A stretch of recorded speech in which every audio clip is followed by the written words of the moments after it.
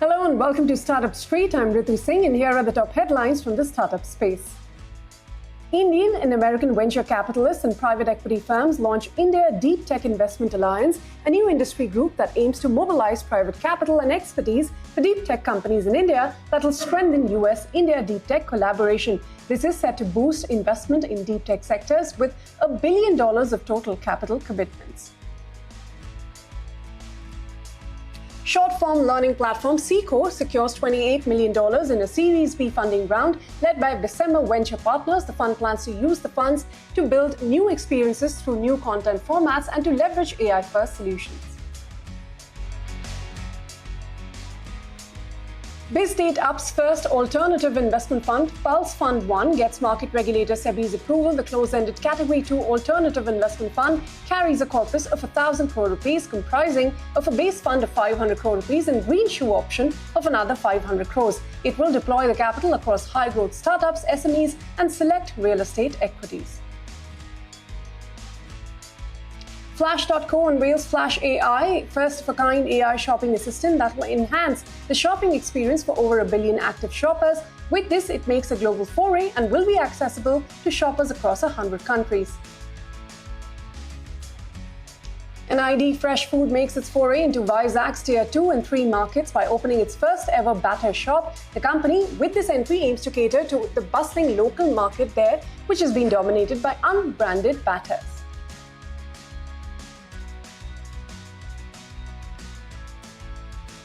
Those are the headlines we're tracking for you today. But in what's brewing, form learning platform Seekho has secured $28 million in a Series B funding round that was led by Bessemer Venture Partners with participation from Goodwater Capital and existing investors as well. Founded in 2020, Seekho provides bite-sized, curated, vernacular learning content for BIRAC.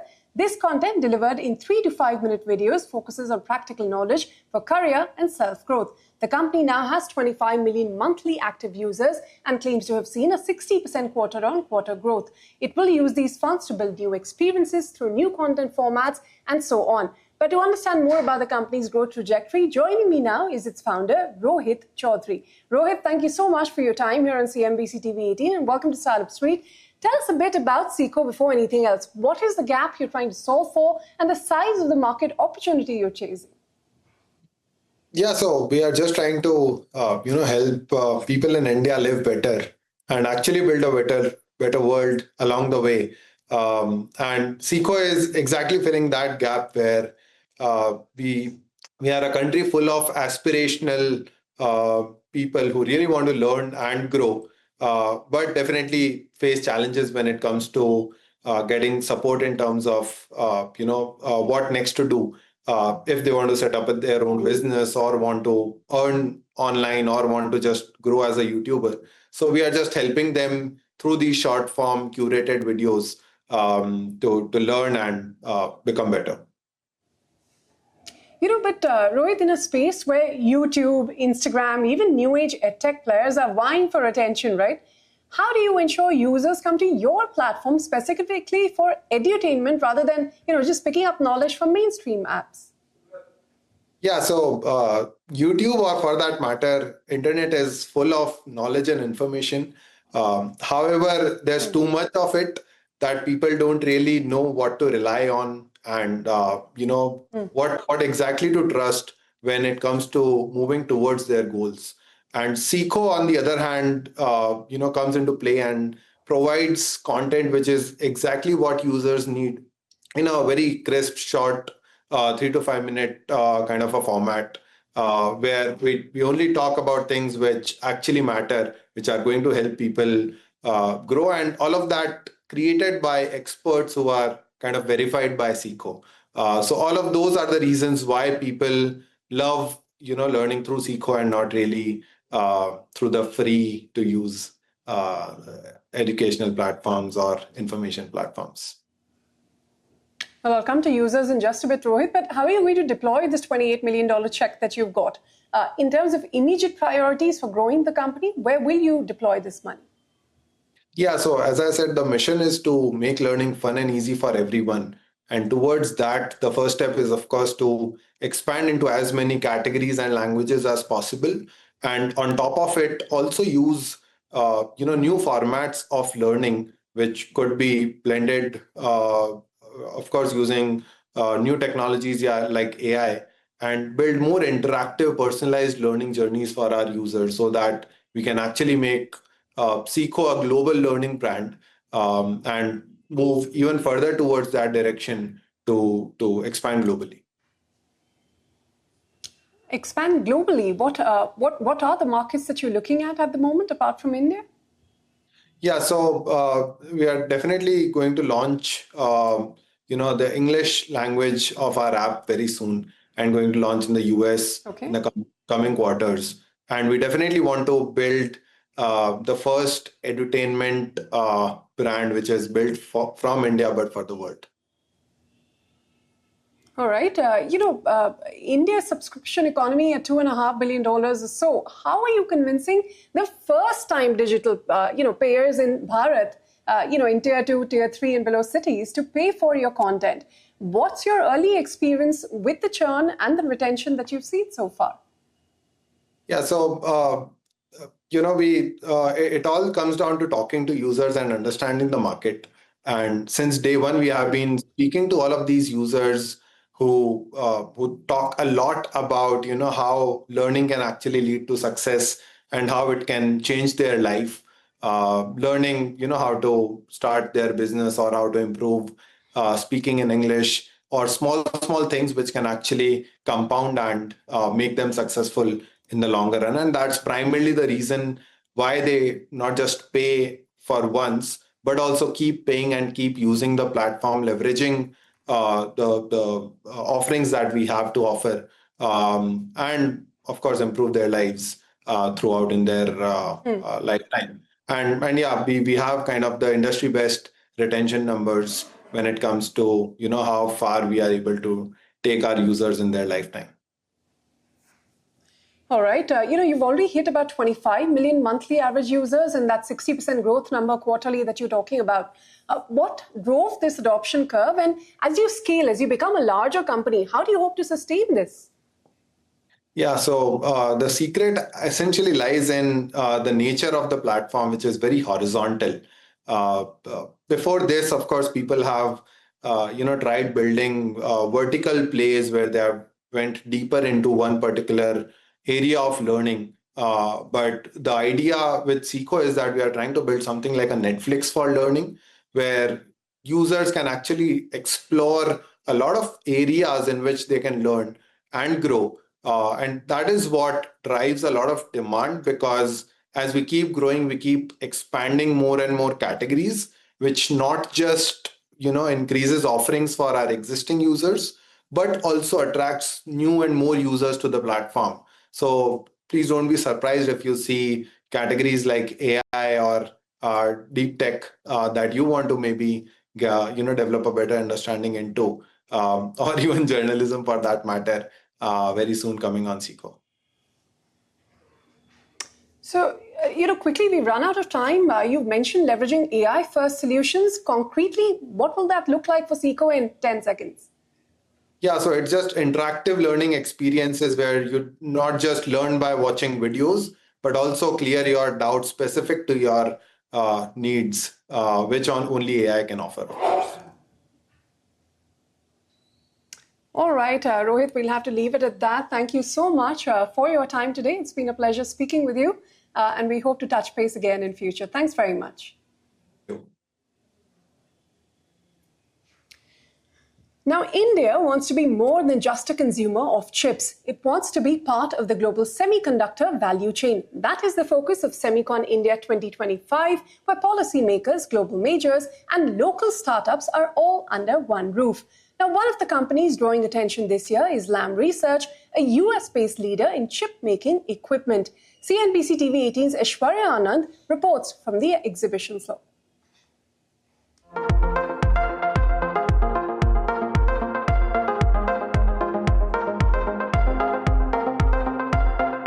We are here at Semicon India 2025, the country's annual showcase of its semiconductor ambitions. Among the global majors present is Lam Research, a US-based company whose wafer fabrication equipment is used by chip makers worldwide. From etching nanoscale patterns to enabling deposition processes, Lam tools are at the core of making world's most advanced semiconductors possible. But what role does India play in this story, and how is Lam engaging with the country's growing semiconductor ecosystem? That's what we're here to find out from Rangesh Raghavan, India head of Lam Research.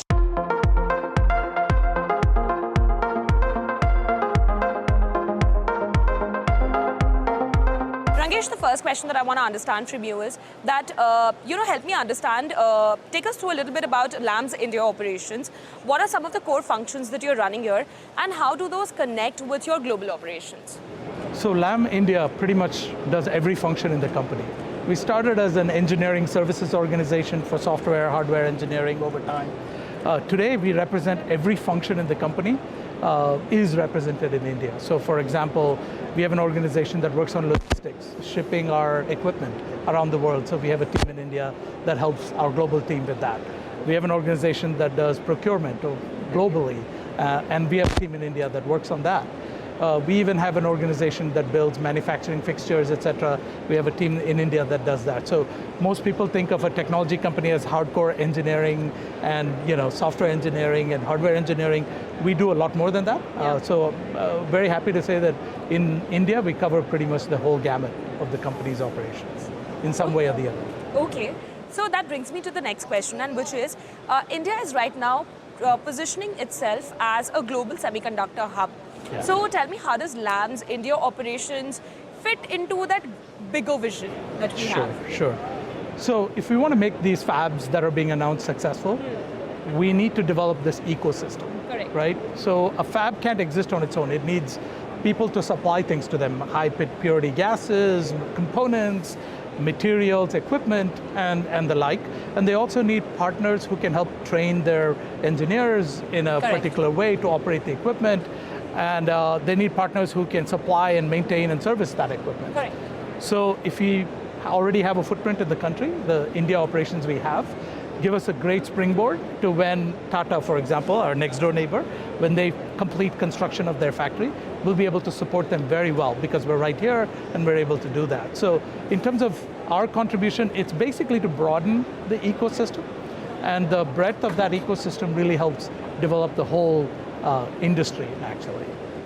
Okay. So also help me understand that when we talk about India's design and engineering talent, what role does that play in your operations? Well, India has a large talent pool, as we all talk about. I think we graduate around 2 million engineers a year, huge number of people. Correct. So that's a lot of raw talent. What we do at Lam is we hire those people and we train them in our specific domain. So once we've trained these people in our domain, they become the experts that we rely on. So we've been doing this for 25 years in India. We find that the design engineering talent is outstanding. In many cases, our engineers have very quickly caught up to and outperformed some of our operations globally in terms of how they deliver. So we've been very pleased with our progress in this regard. So that was all about Lam's India footprint, but the real action here at Semicon is happening on the ground, where Lam is showcasing some of its advanced tools, which is helping it make some really advanced chip makers. What these tools are, let's go and find out.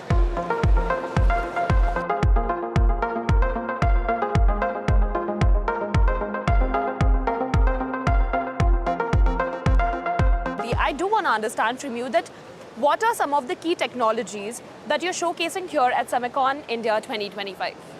Well, some of the most important technologies to manufacture semiconductors is what we do as a company. Okay. So we want to showcase that exact thing.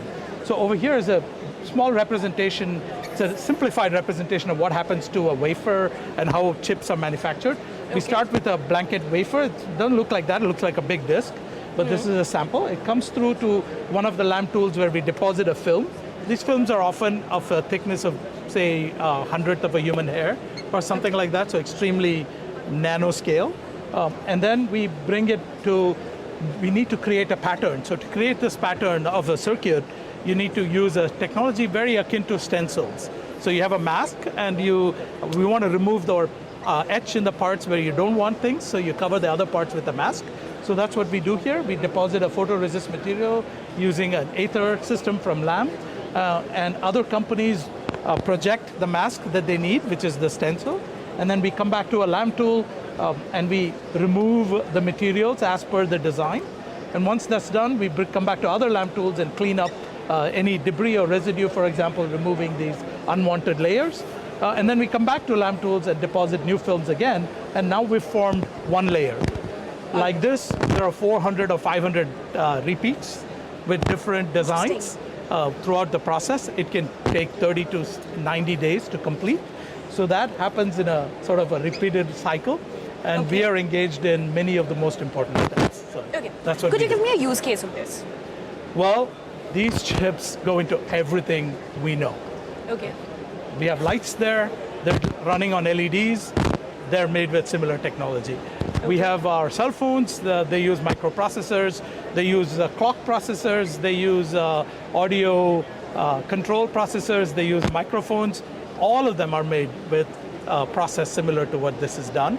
So the use cases are many and diverse. Could you give us some use case of this technology? Sure. Almost all chips are made using a similar process. Okay.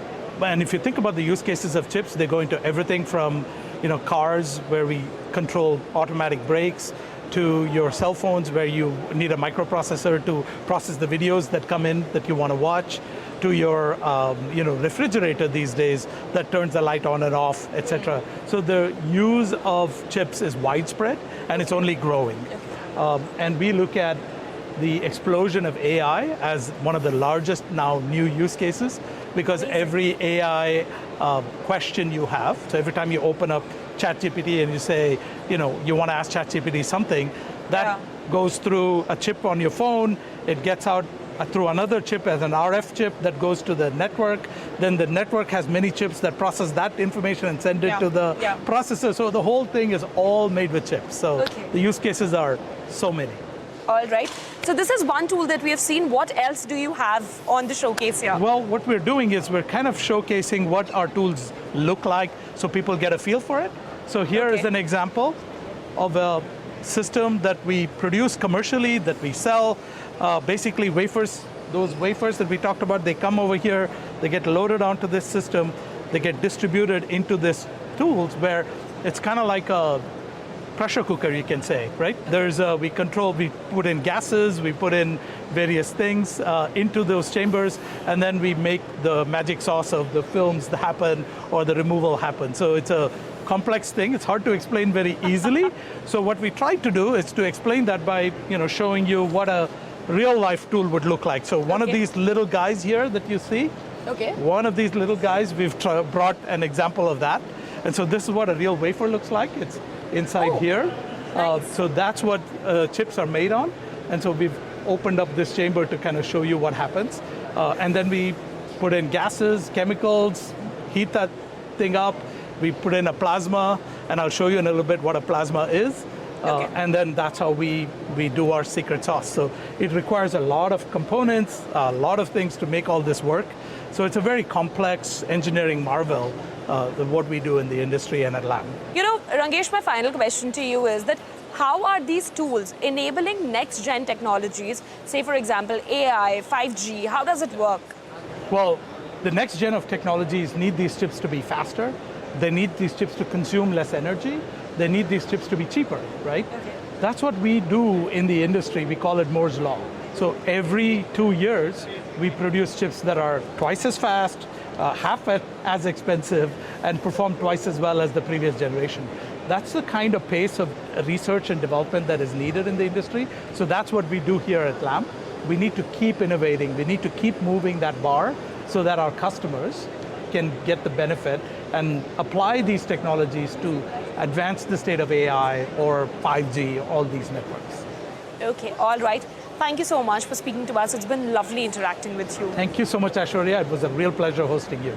From research and design to showcasing next-gen tools, Lam Research is betting big on India's semiconductor journey. And here at Semicon India 2025, the message is clear. Fabs alone won't define India's chip story. It's the tools, technologies and talent that enable them which will determine whether India can truly become a global semiconductor powerhouse. In New Delhi, Aishwarya Anand for CNBC-TV18. And on that note, we're going to wrap up this edition of Startup Street. Thanks very much for tuning in, but stay with CNBC TV 18. More news and updates will continue after this break.